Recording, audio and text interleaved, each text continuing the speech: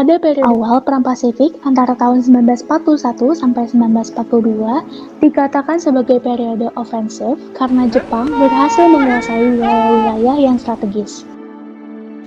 Mula-mulanya pada tanggal 25 Desember 1941, Sarawak dan Hong Kong jatuh ke tangan Jepang. Wilayah di Asia Tenggara seperti Singapura 15 Februari 1942, Hindia Belanda 9 Maret 1942, Malaya dan akhirnya Filipina pada tanggal 9 April 1942 pun tidak luput dari pendudukan Jepang. Pada perkembangan selanjutnya, pada pertengahan tahun 1942, keganasan ekspansi Jepang dapat tertahan. Hal ini justru berbanding terbalik dengan kekuatan sekutu, terutama Amerika Serikat, yang sejak pertengahan tahun 1942 mulai bangkit dan melakukan serangan balik kepada pihak Jepang, terutama dengan taktik island hopping, atau loncat pulau dengan nama strategi leapfrogging, atau loncat katak yang diprakarsai oleh para petinggi militer Amerika Serikat seperti Laksamana Chester William Nimitz dan Jenderal Douglas MacArthur. Tahun 1942 ini disebut dengan periode The Turning Point. Strategi ini terbukti efektif. Perlahan-lahan menjelang dari akhir tahun 1942 hingga nanti puncaknya pada pertengahan tahun 1945 yang mengakibatkan Jepang mengalami banyak kekalahan. Pertempuran ini disebut dengan Pertempuran Midway.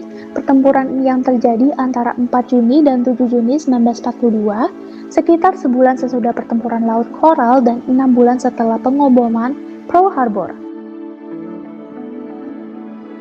Angkatan Laut Amerika Serikat dengan telak meredam serangan Angkatan Laut Kekaisaran Jepang terhadap atol Midway dan mengakibatkan kerugian tidak ternilai dan merebut inisiatif strategis dari Angkatan Laut Jepang.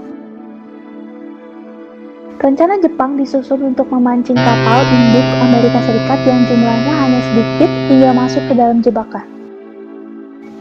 Jepang juga bermaksud menduduki atol Midway sebagai bagian dari rencana menyeluruh memperluas garis luar pertahanan mereka sebagai respons dari serangan udara Doolittle.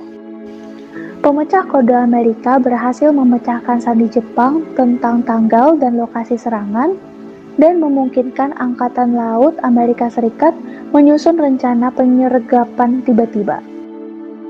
4 kapal induk yaitu Kaga, Hiryu, Soryu, Akagi, dan sebuah kapal penjelajah berat milik Jepang tenggelam, sementara pihak Amerika Serikat kehilangan sebuah kapal induk dan kapal perusak. Jepang tidak mampu lagi menyaingi kecepatan Amerika Serikat dalam membangun kapal-kapal perang dan melatih penerbangan baru, sehingga mengakibatkan kegagalan dan rencananya, dan pertempuran itu dimenangkan oleh pihak Amerika.